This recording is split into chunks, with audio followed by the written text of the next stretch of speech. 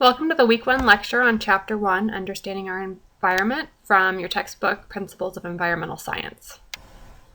Normally, I'll start off each week's lecture with an overview of what you need to be doing for the week. So here we have our week at a glance for Week 1, and the activities are typically will be listed here on Learning House, everything that you need to do. As I mentioned in the introduction video, if you open the objectives, activities, and assignments, it gives you a list of what you should be learning and doing for the week.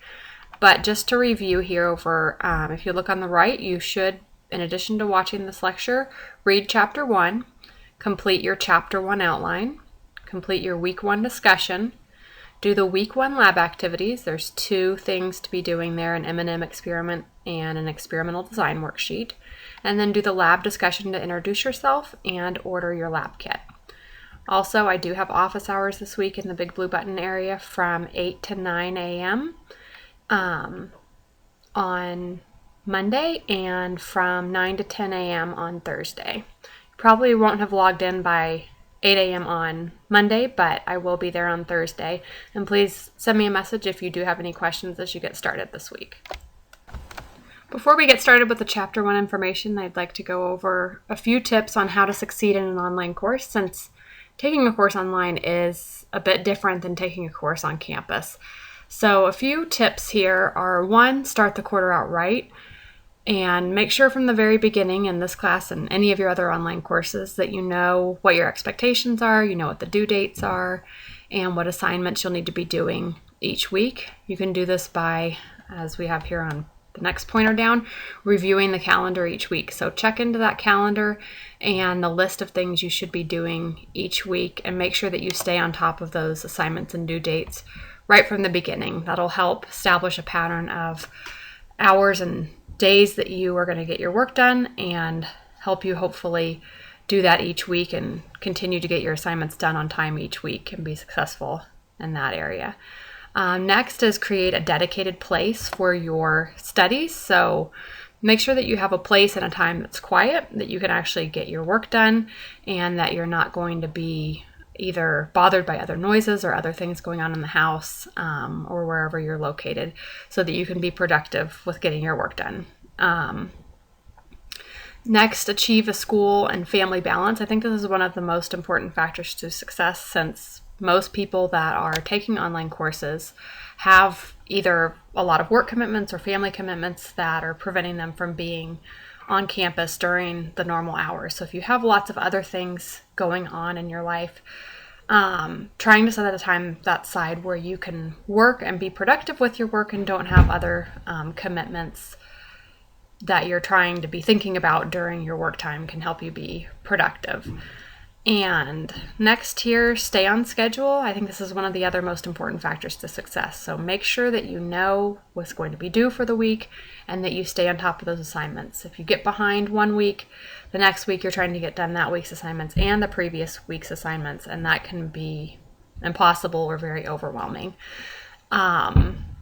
Next here, stay motivated. This can be a struggle. I just mention it now just so you're aware of it, but I think a lot of people, we start off strong, and then as the weeks go on, we tend to get either overwhelmed or just ready to be done with the quarter. And trying to stay motivated and keep on top of your assignments from week 1 to week 10 is really important, so that you don't have a drop in your grades at some point. One way I could recommend trying to help out with this is, if you have a week where you don't have a lot going on in your classes, try to get ahead a little bit. So maybe get a couple chapter outlines done in advance, so that when you get to one of those weeks that's very challenging and you're feeling overwhelmed, you are at least caught up on something, and you can have maybe a little breathing room or take a break when you need it. Next here is participate. So I think the more that you participate in the course, and the more that you will get out of the course. So interacting with myself, interacting with other students will help you think about the material more, help you feel more involved in the course, and not feel like you're just sitting out on a Bermuda Island doing work all by yourself. Because online classes can be isolating if you don't have some of that interaction with the instructor and other students. Next here, get help. So please use my office hours or send messages whenever you feel like you are struggling or have a question. So it's much better to ask lots of questions and get the answers you need than sit around for hours trying to struggle with an assignment. So I do have my set office hours, so you'll know that you can get a hold of me on Monday from 8 to 9 or Thursday from 9 to 10. But I do get on Learning House quite frequently other than that, and will be responding back to messages. So if you have a question, please feel free to send those my way. And then I'll go over on the next slide a little bit about the study area in the course. So looking for study partners can also be very helpful. Lots of studies have shown that students who work together and study with other students do much better in their classes than students who work alone. And that's just probably because you have someone to talk over things with, things that are confused. You can get questions answered quickly, and it's a little more interactive learning than just trying to do the material by yourself. I'd like to encourage you to work together throughout the term. As I said, I think it would be beneficial to you to have one or more people that you can get together with and work on assignments, talk about the course. So I have set up a student study area in the main center area of Learning House. So what you'll do is there's a discussion forum here, and you can just write in that area when you're available to meet, what times, what days, and hopefully someone else, one or more people will respond back to you, and you can pick a time to meet. And then once you've picked your time, you'll just log into the student study area here, and you can work on any course assignments and labs, anything else that you need to work on, questions for the course. So I'm offering up to 5 points of extra credit per week for working together, because I really think that working together will help you out, but I want to give you a little incentive to actually do that and try it out. So once you've met up with someone, just let me know that you've met, who you met with, and for how long, and I'll enter in your extra credit. And like I said, up to 5 points per week for working together with someone. So overall, I think that it will make your life easier, and you can get extra credit on your assignments. So hopefully it's a win-win. I hope you'll try it out. And if you do try out the working together and use a chat room in week 1, I will throw in a free assignment pass. So for a lecture assignment, so you can use it for your chapter outline or weekly discussion. If you let me know that you met up, like I said, in week 1 with someone, then you'll get a free pass to help you out later on in the course. By the end of this week, hopefully you will be able to answer the questions below, which include describing several current environmental problems, listing some examples of environmental progress, explaining what sustainability means, explaining the steps of the scientific method and why scientists use the scientific method, what critical thinking is and why it's important in environmental science, and identifying some people who help shape our ideas of resource conservation and preservation, and understanding the difference between conservation and preservation, and understanding why they promoted these ideas when they did. The first thing I'd like to do for the course is define the term environment. Since this is environmental science, it would be nice to know what that word environment means. And environment is just the living and non-living things around us. So non-living things include air, water, food, soil, weather, noise, really anything that is around you that is not alive. And the living things in the environment include things like plants, animals, people, and all other living things such as bacteria, viruses.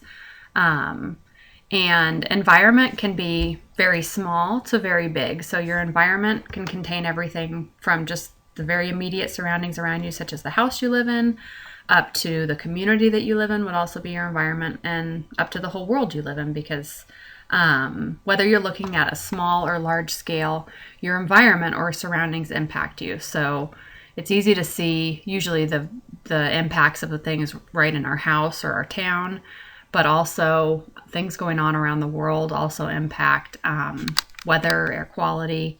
And so on a small or a large scale, your environment tends to impact you in some way.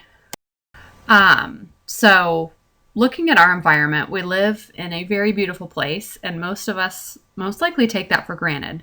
We kind of assume things are the way they are, they'll stay the way they are, and we don't really think of the alternative. But we want to make sure that where we live and how it looks and the beauty that we live in doesn't become this. So that's one of the main reasons we study environmental science, is because we want to make sure that we know how to keep our world and our environment looking nice and being a nice place to live. One question that's good to ask at the beginning of the course is why we study environmental science. And the reason that we study environmental science is because we want to make sure that, one, that our surroundings and where we live, our environment, can stay this beautiful. As I said, we live in a really beautiful place, and we want to make sure that we keep that beauty around us. But also, and very importantly to us, we want to make sure that we have food to eat, that we have clean water to drink, and a healthy place to live. And environmental science, for a definition for you, is the study of our environment and our place in it. And through environmental science, we can better understand our world, the impact of our actions on our world, and how to make sure that our environment stays the way that we want it. So this is a book by someone called Aldo Leopold, and the book is a Sand County Almanac. And Aldo Leopold was one of the a main environmental person earlier in the 1900s, and he wrote a lot of comments about environmental studies and land management. And here's just a few quotes from him that I thought were interesting for the course. He said that we abuse land because we regard it as a commodity belonging to us. When we see land as a community to which we belong, we may begin to use it with love and respect. And I think that's an important theme in the course, is that we don't just look at the land as having things that we can use, but that we are an integral part of the land, and all of our actions have an impact on our environment. And another quote that I just thought was interesting here for this course is, there are two spiritual dangers in not owning a farm. One is the danger of supposing that breakfast comes from the grocery, and the other that heat comes from the furnace.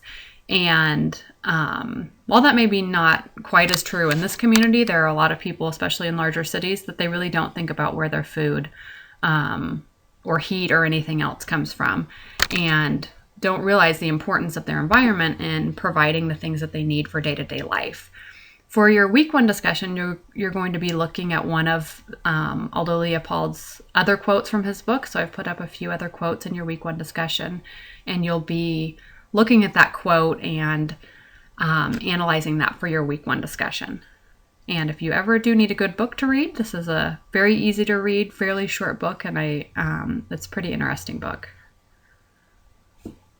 Mentioned, environmental science is the study of our environment and our place in it.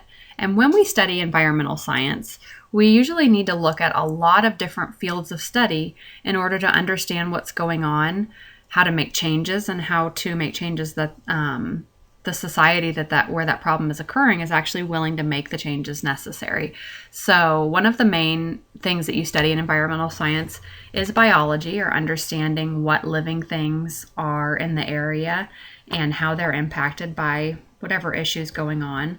Ecology is similar. We're looking at all the living things and how they interact. We need to understand the chemistry in the area, so what nutrients or other, like oxygen levels, are important to helping those living things thrive. But then other fields of study that are not science related, we also need to understand the economics of the problem.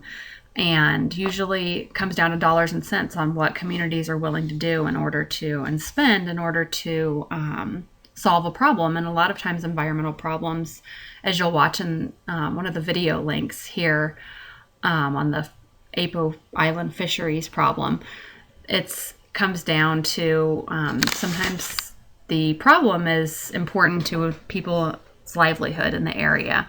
We also need to look at political science, so what laws are important to making sure that the environment stays protected. And then you also have to look at anthropology and religion. So there's a lot of cultural things that come into play on people in a specific area, and you need to take into account what people in that area believe, how they think, in order to work on creating solutions to problems that actually work in a community. Because environment takes so many different things into account, such as the culture of the people in an area, the economics of an area, the different organisms that are present in an area, one of the best ways to study environmental science is to study it in the context of real places. So we can come up with certain generalizations, but really all these things need to be taken into account when you're looking at a specific problem. So we will be looking at actual real places quite a bit through this course. And you will be provided links to different places so you can look at them on Google Earth. And I think it makes it a lot more interesting to actually see what these places look like as you study them. So I would recommend that you try out those links and see what the places that we're talking about look like. As I mentioned, one of your video links is to watch a short video on the marine fisheries around Apo Island. And just to give you a little bit of brief history, Apo Island is an island in the Philippines, and about 30 years ago, they started having catastrophic declines in their fisheries. And most of the people in that area relied on fishing for their livelihood. And as the fisheries started decreasing, they started using more and more destructive methods to protect the fisheries. So they started using like banging on the coral to try to get the fish to come out. And as they damaged the coral more and more and damaged the environment that the fish lived in, they had less and less fish. And so, as you'll see in the video, they came up with a solution of having a marine reserve or a protected area. And I don't want to ruin the whole video for you, but this was one of the world's first marine reserves, and it was very effective. But they did have to look at a lot of things in the area, such as the community, the economics. As we mentioned, all these fields came into play into making this solution work for the people on this island. So when this lecture is done, go ahead and click on that link and watch the video on Apo Island. The first section in this chapter is meant to help you understand some of the serious environmental problems going on currently, such as overfishing and deforestation, and you'll also learn about some solutions to problems that we've had. So we tend to focus on the negative, but there are some good things going on in the world today too. Section 1.2 in your text covers some different current environmental problems that we're having, and also some opportunities or some areas in which we are solving some of our past environmental problems. And we'll start out by looking at some of the current environmental problems. And one of the main problems that we have right now is that our population is large and getting larger. And with that, we need to have food for all of these people and get rid of the waste created by all of these people. And we've increased at a really rapid rate. And so that creates a challenge on how do we make enough food for all of these people and get the food that we do make to those people. If you look at our population, we have over 7 billion people on the earth and getting larger by about 80 million people each year, which it has, our numbers have doubled over about the past 40 years. They project that our population will be between 8 and 10 billion by 2050. If you want to go to an interesting site, there's a site that I've put a link on here for a world population counter. If you go to the site, I would recommend just watching the counter for just a minute. It's very interesting to just see our world population in real time, just increasing up. And I would also recommend that you look at the yearly births versus deaths. That's very interesting to look at, because if our births and our deaths were equal, our population would not increase. But when our births are more than our deaths, that's when population does increase. When I made the slideshow on Wednesday of last week, our population was at 7,369,063,141. And take a look at just over the last week or so how that number has increased. Other problems that we have are concerns with climate change. So normally there's a certain amount of greenhouse gases in the atmosphere, such as carbon dioxide, that help trap heat and make our Earth a nice warm temperature. But when we get too many of these greenhouse gases, too much heat is trapped and can't be released from the Earth, and that's when our temperatures go up. And so there's concern about with our increased pollution and increased greenhouse gases that our climate is getting warmer and what that will do to our Earth in the future.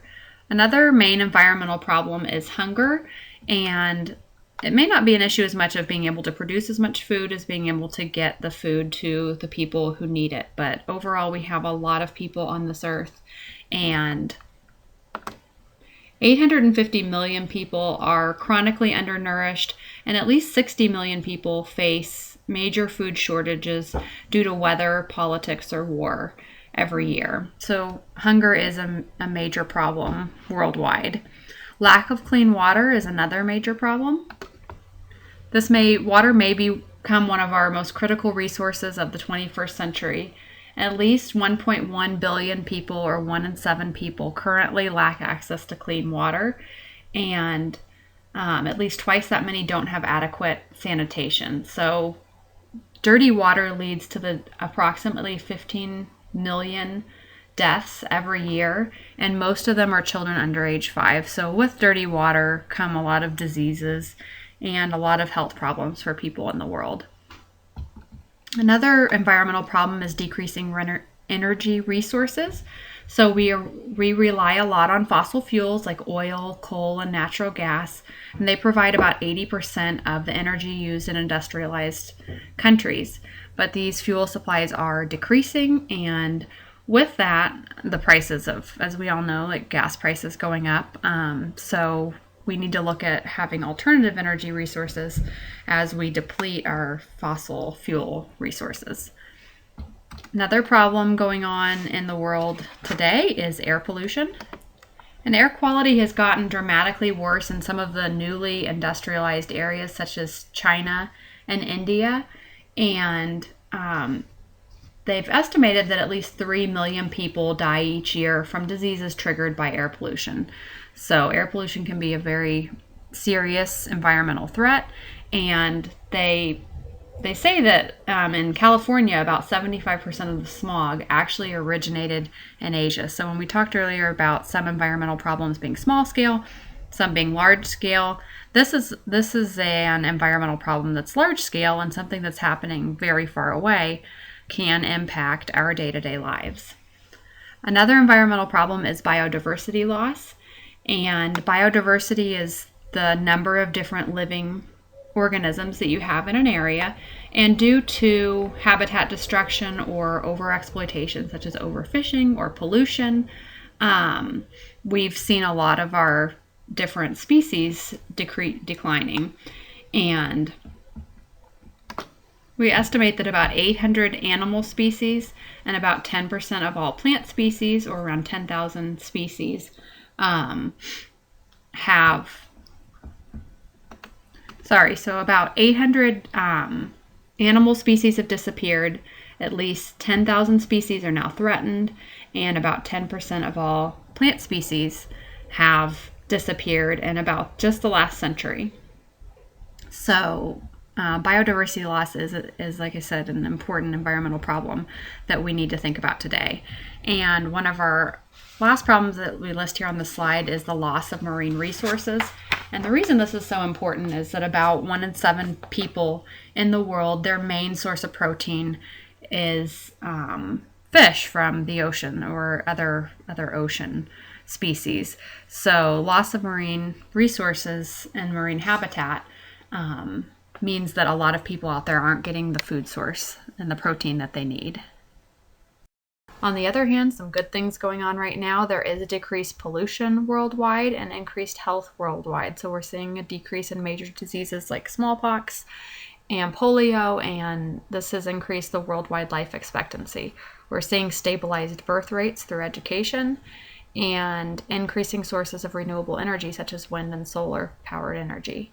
Decreased forestation, or at least in some countries that were having major deforestation, they're beginning to have an awareness of the problems associated with deforestation, having more protection of marine resources, and overall it's important to keep in mind that a lot of this is possible through increased education. So education is an important key to environmental protection. One main goal in environmental science is sustainability, which means that we are meeting the needs of the present without compromising the needs of the future. So we are using the resources at a rate that will leave resources for the future generation to be able to live quality lives. So now we're going to move on to some of the main important people who have shaped environmental science through the last couple of centuries. And starting off the list here, we have Aldo Leopold, and he was one of the greatest thinkers on conservation, and realized that a lot of conservation is not just dealing with managing the resources, but we have to manage the people and our demands on the resources. So realizing that human impact on the environment and our way of thinking is critical in managing the environment. So the U.S. contains less than 5% of the world's total population, but consumes about a quarter of most resources in the world. So that's something to think about, is the affluent societies overall that aren't a lot of the population but are consuming a lot of the resources. And a lot of the rest of the world is looking to want to be like us, that affluent society. And as some of the developing nations start to become more developed and consume more goods, we need to look at what those effects will be on the rest of the planet and look at our own use of goods and how much we do use. Countries with the highest average income, like the US, make up only 10% of the world's population, but more than 70% of the world's population, or about 5 billion people, live in countries where the average yearly income is less than $5,000 per year, so about a tenth of the US average, and this includes countries such as China and India with huge populations. Being an affluent society is kind of good and bad. With being affluent, we have a lot of knowledge and education to help make very positive changes in our world. But on the flip side of that, most affluent societies use a very disproportionate share of the planet's resources, as you can see in this comic here.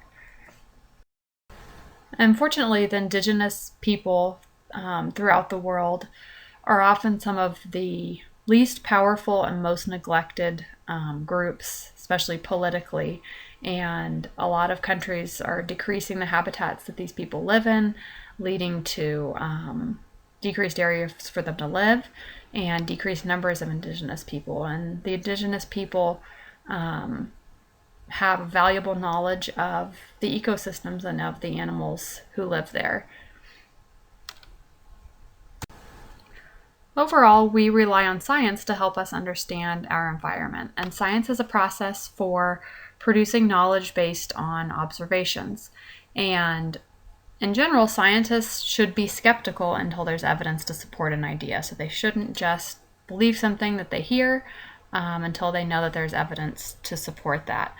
And scientists also aim to be methodical and unbiased. Sometimes it's hard because we all as people have certain opinions, but the goal is that we do experiments that don't allow our opinions to sway the results, and that we have methodical experiments that follow certain steps and hopefully get good, valid results. Scientists also do experiments and rely on reproducibility, which means that you get the same result over and over again. So you're not just relying on one result that could be a fluke. When you tend to get the same result over and over and over again, that means it's more likely that your idea is correct. The main goal in studying environmental science is to learn how to make the world around us a nice place and provide all of our needs and be a nice place that we can live. So through environmental science, or through science in general, we can study, for example, how to produce more food to get greater crop yields. We can learn how to clean up polluted areas, examine the effects of greenhouse gases, and there's a lot of things that we can study to help make sure that when we're taking care of our environment that we're doing it the best way possible. And the way that we go about doing this is by using the scientific method.